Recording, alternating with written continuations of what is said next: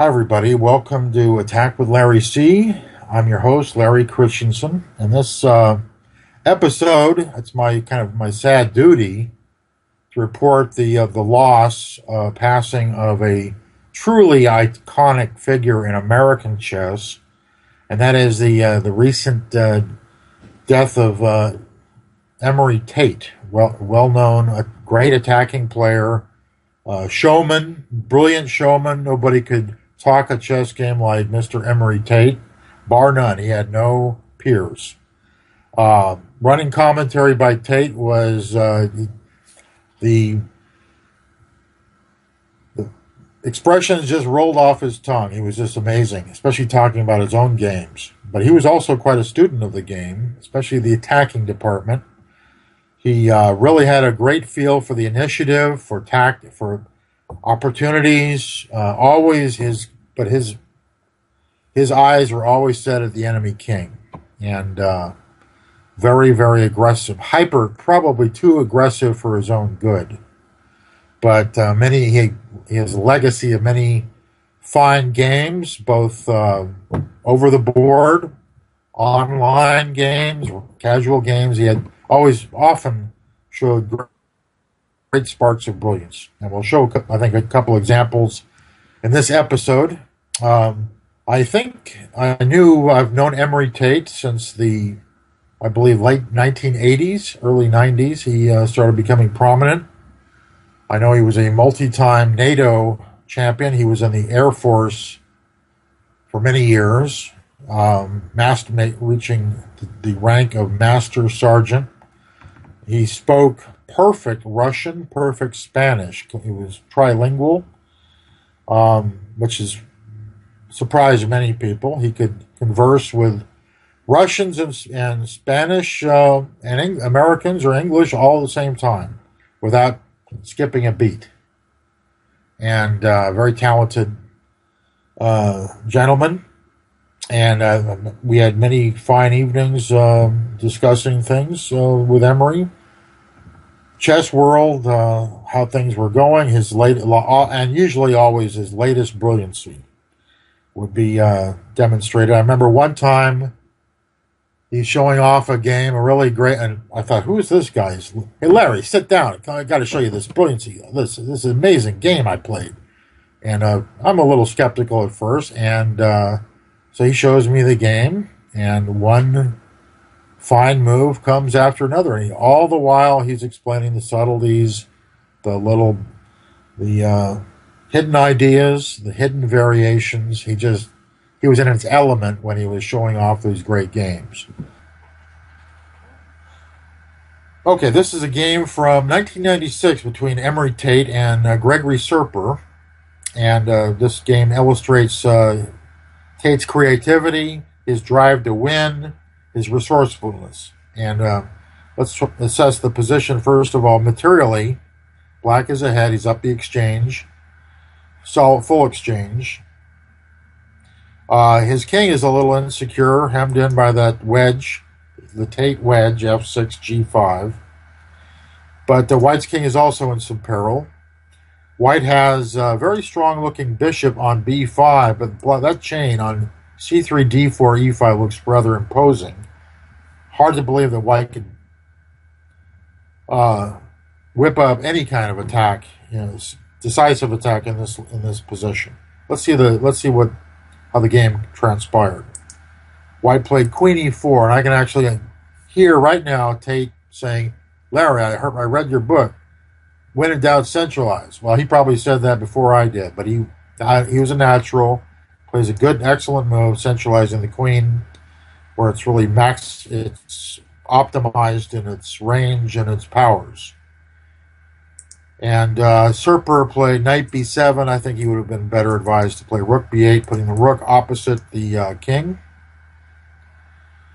And with careful play, he should be able to hold. White has many tactical ideas here, I should say. Now, instead he played knight b7, planning something like knight d6. And White played a5. What else can he do? He can play rook e1 as a thought to put pressure on the pawn on e5. Also, ideas like knight takes d4 are suddenly come into view, with utilizing the weak white back rank. If knight c5, white should avoid giving up his own back rank, because that would be absolutely hopeless for white.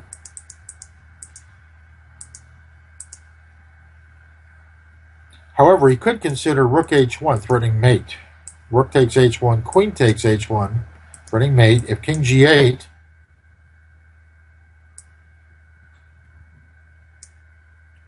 white can play bishop c4, not queen h6, knight e6, not so hot. Bishop c4, though, comes with a lot of punch. If knight takes b3, yes, queen h6 does win. Knight d2 check, king a1. It's all over. Bishop f8, queen g6 check. King h8 check. King g8, g6. And the black king is cooked. We'll get knight c5, rook e1, knight c5, rook h1. What about rook g8? Well, then white can play queen h4. The horrific threat of queen h6 check puts black in a major pickle. So black must take. Queen takes, king g8, bishop c4. That horrible threat of queen h6 lurks. Black must play really knight e6. Bishop takes, f takes. And then he can re-centralize the queen again, attacking g6. And then after king f7, queen h1, white's very much in the game. Very tough situation here suddenly for black. Now he might also try king h8, which sets up a cheap trick. Queen takes g6, queen h7, forcing a queen trade, and black wins, despite the strong protected passers. But here, instead of queen takes g6, white has other options. He can play a5, for instance. Lots of counterplay. Situation very much in doubt. So rook e1, I think, was the solid choice here. But instead he played the trickier a4, a5. Now, after knight takes a5, knight takes a5, if black plays bishop takes a5, that would be a fatal mistake, because it surrenders control of the a3, f8 diagonal, and white delivers mate with rook h1. If rook takes h1, queen takes h1, there's no defense to mate on either g7 or h8. If rook g8, then bishop a3 check is brutal, forces quick mate. But what about queen takes a5, which was the game continuation? I should point out, after black should have avoided knight takes a5 here and played rook b8, putting the rook opposite the white king. And with perfect play there, black should be on top. Let's say rook h1 there, rook takes, queen takes h1, black can hold with king g8, threat that meets queen h6 with bishop f8. If a6, black plays the defensive-minded knight d8. Now he's stretching, his defenses are stretched but not broken. Black has seems to have the edge. Lots of play, no doubt, in the position. Okay, let's see the game continuation, which was knight takes a5, takes, queen takes. And now Tate puts the bishop on the excellent post, bishop c4. Now he could have forced a draw here with rook h1. Rook takes h1, queen takes h1, king g8, and now bishop c4, threatening queen h6 takes g6. If bishop f8, queen e4, threatens queen takes g6, and after check, bishop b3, black has nothing better than king h7, and white can force a draw if he wants it. Knowing Tate, he didn't want it. But instead, he played bishop c4 first, and Serper played bishop a3. He wants to conquer b2, put pressure on white's king. Emory answered with calm, deliberate bishop b3. and setting a very mean little trap. How should black continue? Well, he should have played rook b8 to pin that dangerous bishop, and then he really does threaten bishop takes c1 for real. White can then play rook e1. Here's the real idea behind it. If bishop takes c1, no, he doesn't play king takes c1. He plays instead rook h1. Again, now black has surrendered, temporarily given up that diagonal. So if rook takes h1, queen takes h1, black is got nothing better than rook takes b3 check, a takes b3, and then king e8. White then forces a draw with queen c6 check, king d8, queen d6 check, king c8, queen c6 check. If king b8, then he starts eating key pawns. The f pawn is a big one. And black has he's either going to lose or face perpetual check. You better take the perpetual. If he comes out, he'll lose. So rook b8, rook e1 definitely keeps the game very much in doubt. But instead, no doubt in time pressure, Serper played bishop takes c1. White to move and win. And there it is. He plays queen b7, hitting the pawn on f7, threatening mate. Rook h7, and now classic case overloaded rook h1. And Scott carries two threats, not just rook takes rook, by the way. Now Serper played queen a3, threatening mate. What does white do? Actually, there are two ways to win, but Tate found, of course, the elegant queen takes f7 check, and black resigned. Nice little save by Emory Tate, typical of his sharp, uncompromising play at this period of his career. Okay, and his next game, really a great game. Classic attacking game. This was his victory over Leonid Grandmaster, highly regarded GM, Leonid Yudasin, and just an excellent game from start to finish. And again, we see a Fischer variation Najdorf by Tate. I think he also played the bishop g5. He played queen f3, f4 ideas. He played them all, always aggressively. And here he plays g4. Very sharp, aggressive continuation. And if Yudasin played h6, I think he had in mind the idea of playing g5 in response. And after bishop e7 to play h4. I think that might be a Tate idea. The idea behind this is if knight takes e4, knight takes e4, bishop takes g5, knight takes g5, queen takes g5, hg, rook takes, king d2, rook takes a1. At first glance, it looks like black is doing well. But after knight f5, he's actually under some pressure on the king side and the center. Looks like white has all the chances. And of course, black doesn't have to take on e4 either. Instead, Yudasin didn't play h6. He played b5. And here we have a new twist on an old idea, Tate twist, and that is bishop d5. First the g5 and bishop d5.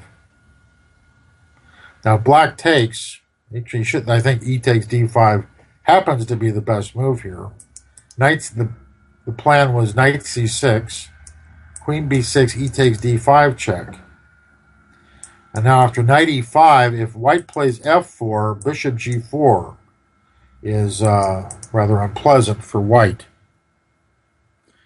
If queen e3, black has knight d3 check, c takes d3 check, bishop takes, knight takes d3 check, king d2, knight takes b2, and black is having all the fun in this position, thanks to that c4 square. Now, after ed, knight c6, queen b6, ed5 check, knight e5, white can also play knight takes.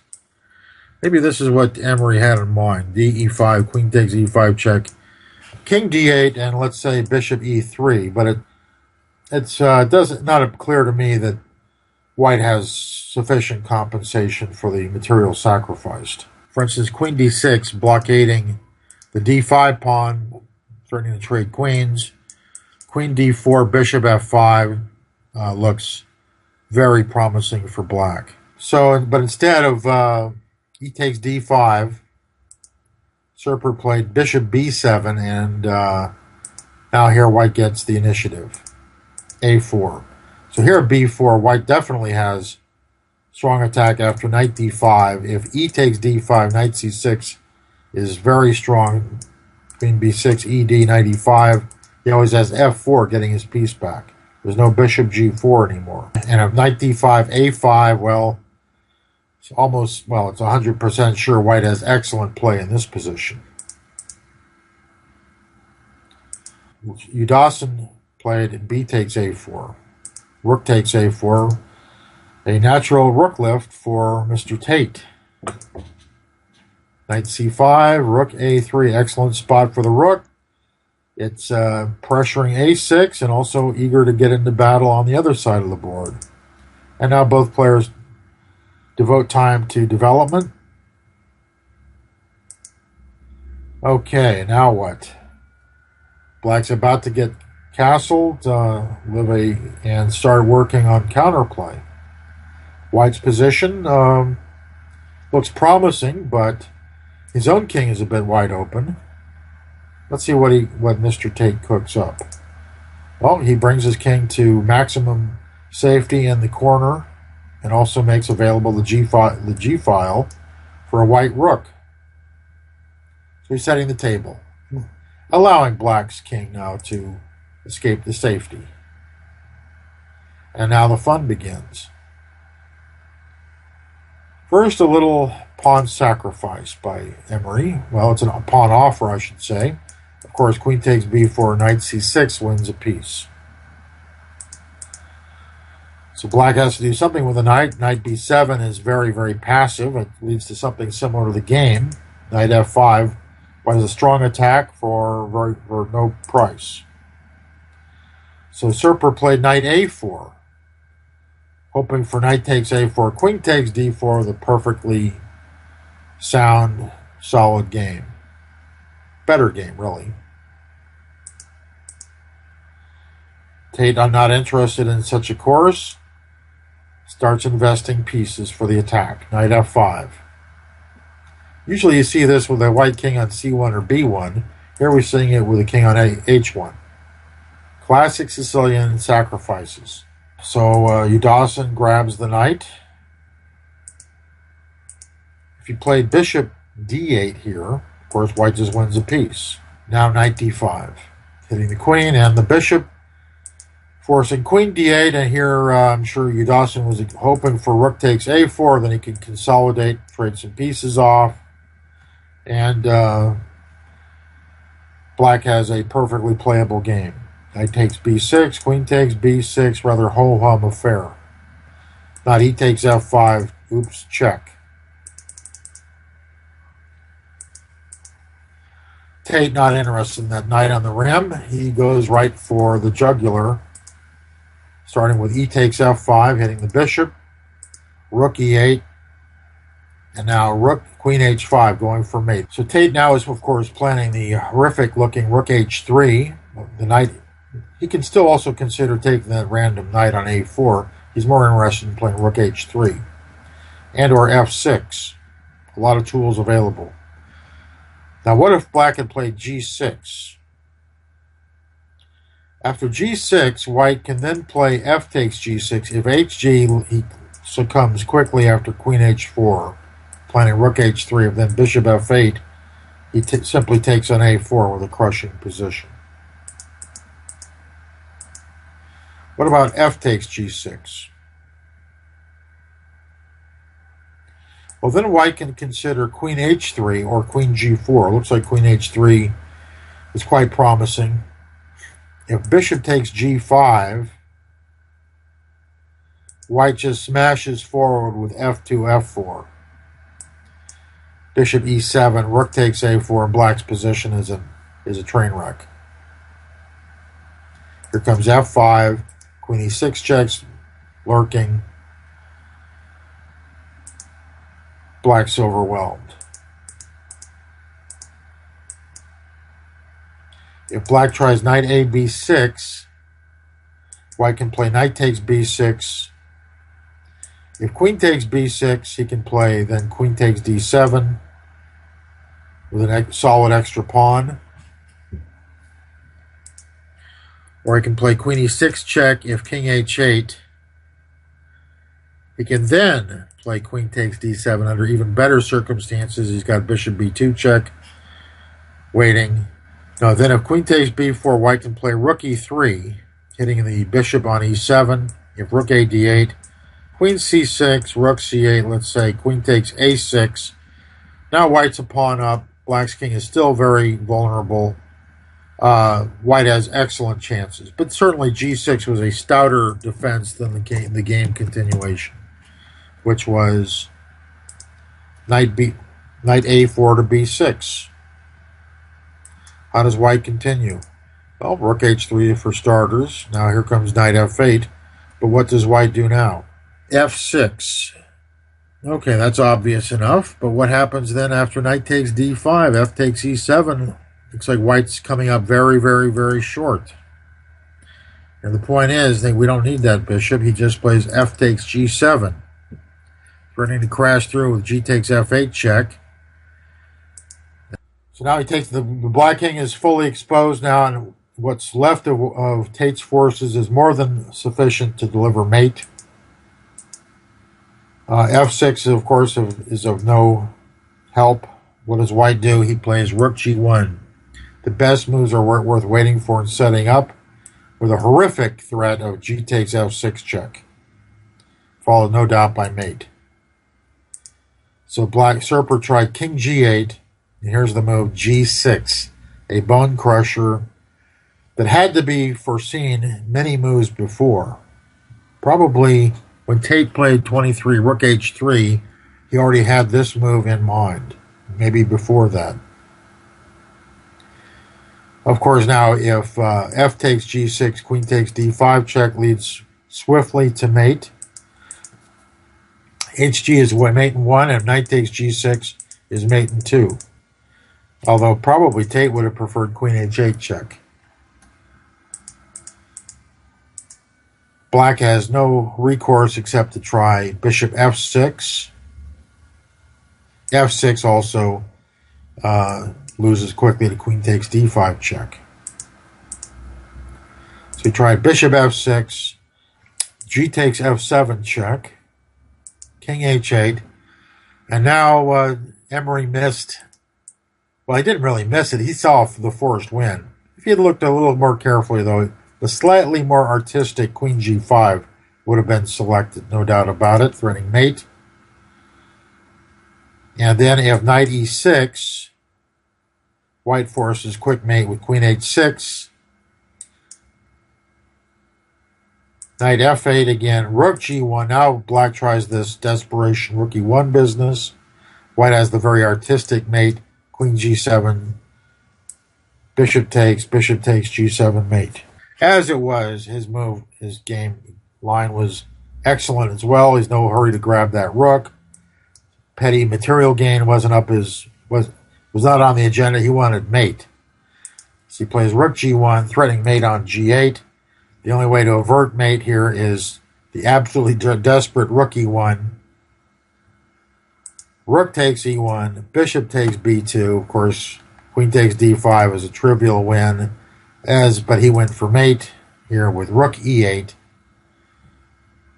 threatening mate on h7, and here after knight f6, of course the queen moves somewhere, we have mate on h7. After knight f6, now white forced win with rook takes d8, queen h6, double attack. White is now threatening queen takes f6 check, threatening mate on g7 here. Finally, Udawson resigned.